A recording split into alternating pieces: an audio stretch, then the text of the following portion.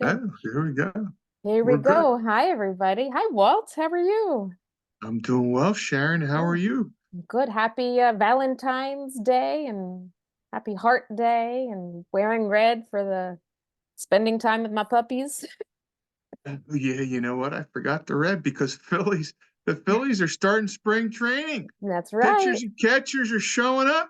Yeah, I got to change the flag out front and get the Phillies out there, and we can wait till next August for those Eagles. Uh, they'll be back in it back then. So yep. it's awesome. Cool. What are we going to talk about tonight?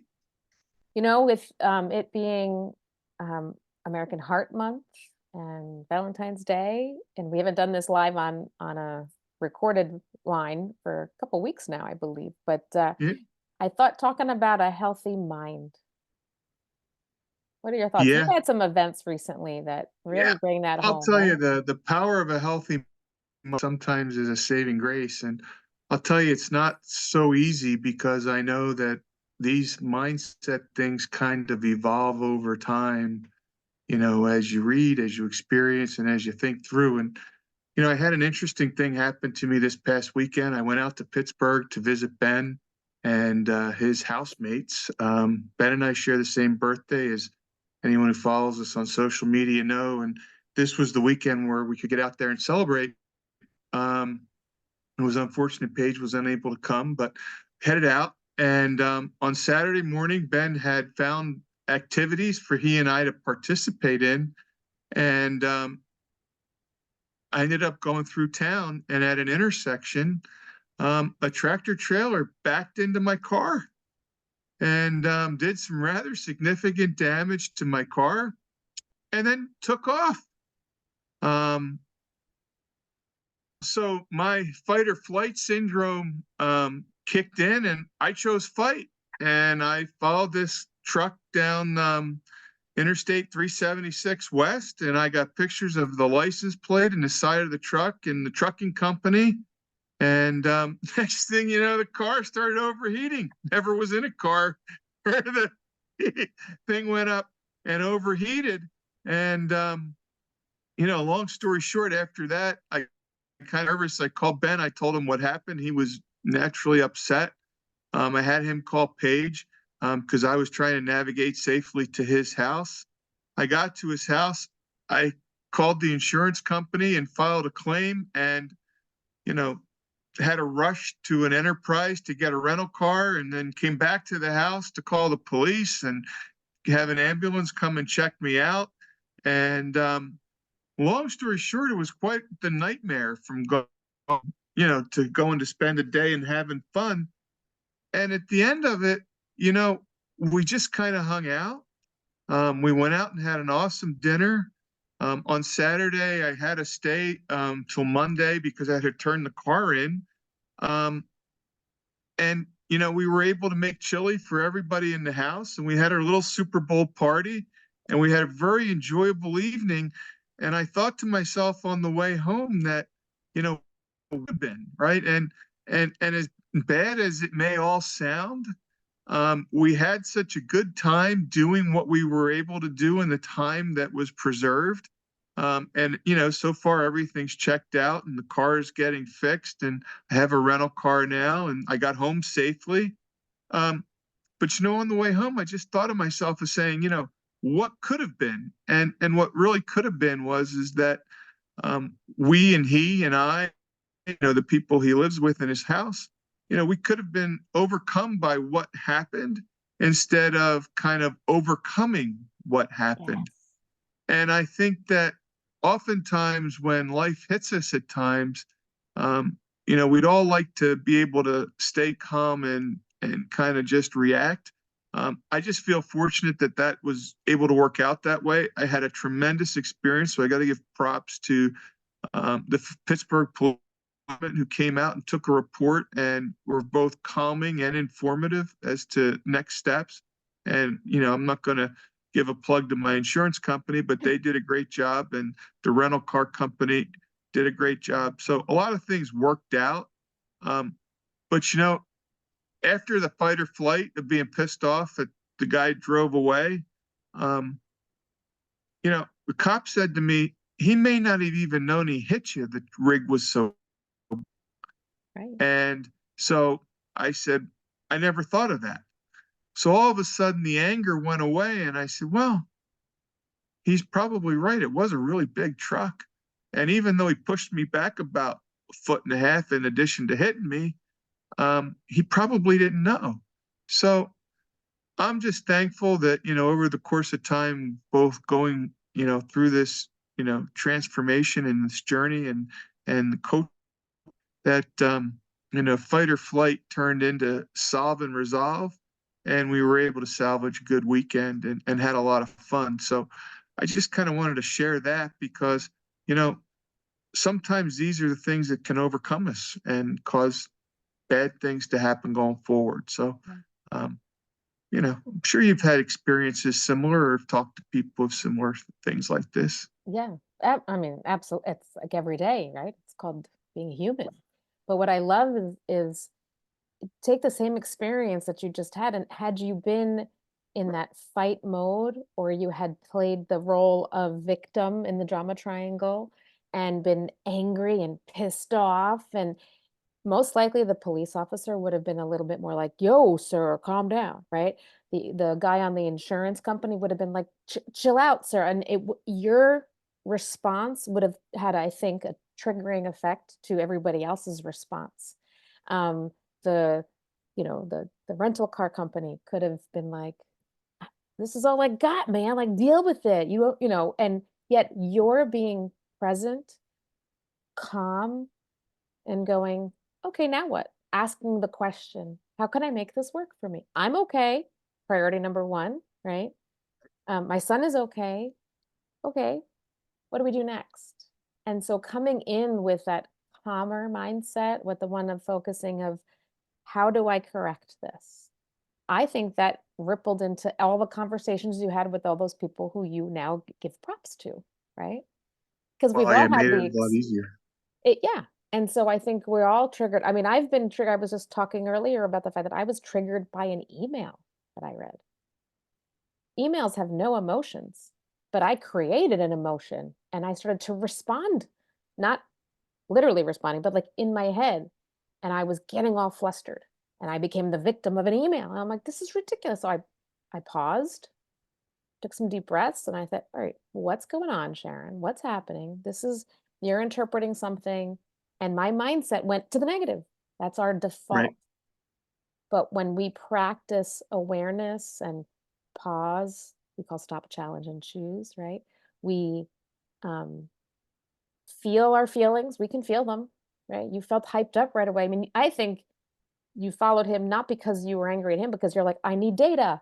I want to ask, who is this? How do I correct this? Right? It wasn't in anger.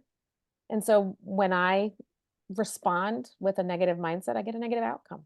But if I Right. respond with a positive mindset, by default, no matter what the event is, positive mindset response is going to give you a much better outcome. Yeah, I think that the pause was that moment. I was definitely all adrenaline going after him, taking the pictures. And then when the little red light came on and told me that the engine was overheating, I kind of took pause and said, whoa, big guy, Yeah. you better rethink this strategy and find a way back to the house and park this car and figure out the next steps. And, you know, oftentimes in any of those situations, there are moments to where we can pull back and reevaluate the next Mhm. step. Yeah. And whether it be fight or flight or an emotional response that, escalates rather than de-escalates. Um, they're the things that come both with practice and experience, I suppose, but sometimes it's just a sense that you can get. But in the moment, it's not so much how you react, it's how it let you affect you afterwards, right? If you're prone to those type of emotional responses, how much is it going to set you back in the other areas of your life? And that's why I think that of all the habits that we ever talk about, um, the mindset piece can become the number one component because, when we talk about the journeys that we go on, and the people that we meet on the street, in the program, thinking about a program, talking to people. It's interesting that two words seem to come into the conversation as we have those conversations, right? It's but and yet. I've never met butter yet, but I always find out that I can do this, or, you know, maybe later, but not yet. And but and yet seem to get in the way from I can and I will. And that's the other element. We talk about the mindset. We talk about it sometimes in the sense of the growth mindset. But again, it's moving a barrier out of the way. And but and yet just happen to always be their name, or, it's better than bingo, I suppose. But Maybe. I think but right there, I used it right there. However, the challenge, right, is to eliminate but and yet from our vocabulary with will and do and can. Yep. And get to and want to and love to, right? All of those positive word frames that we use. I mean, one of the things I think people know but don't know is that unhealthy mindset and that recurrent trigger and stress actually, as we know, impacts our physical well-being, right? The stress hormones that go up, the blood pressure that goes up. And so, there was a point in my life that I was physically healthy, but this was so far broken that my blood pressure went up to 160 over 90. Oh, And wow. that's not normal. And that's because this wasn't working. And so I had all of the buts, I had all of the yets, but until I realized that I can, I get to, I want to, I love to, that shift, it's freeing. And it takes Yeah, time. This is not an it overnight, does. but it gets easier and easier the more we practice it. Practice makes perfect in that regard, right? Yeah. When we can say, I will do it, I love to do this, I aspire to do this, and not put those words at the end that give us pause. Because when we give ourselves pause, we pause.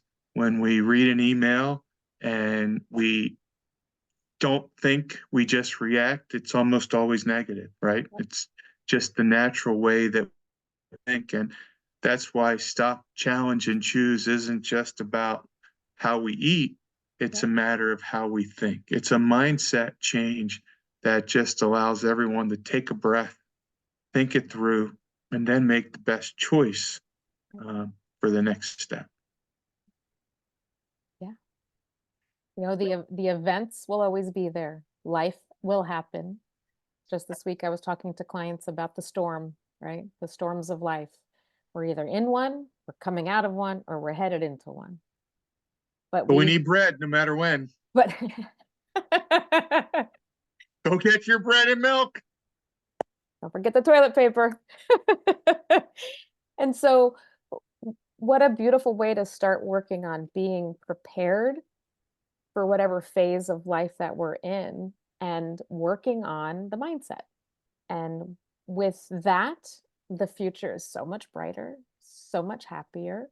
And it doesn't mean that bad things don't happen, but the response to these things will determine the outcome, not just in the moment and with other people, but in our own health and our own well-being. And that's what we're all about, right? Is helping people create health and well-being, which far exceeds anything in terms of, what you weigh and what you eat and what gym clothes you wear. Yeah, I think that's a good segue to practice. Think of the ways that you can frame it up and say, I will, I can, I shall, I love to, and give pause when you catch yourself wanting to use the word but yet. Go for however. So I love it. And we have lots of tools to help people, little small things that we can give anybody who wants to start working on that. So just reach out and let us know. Cool. Any final words tonight, Walt? No, if you can dream it, you can do it. So, that's big, dream big. I love it. Well, thank God everybody is okay and that cars can be fixed. Yep. And I hope everybody has a wonderful evening, and we will see you again real soon. Okay, Have a good night. bye.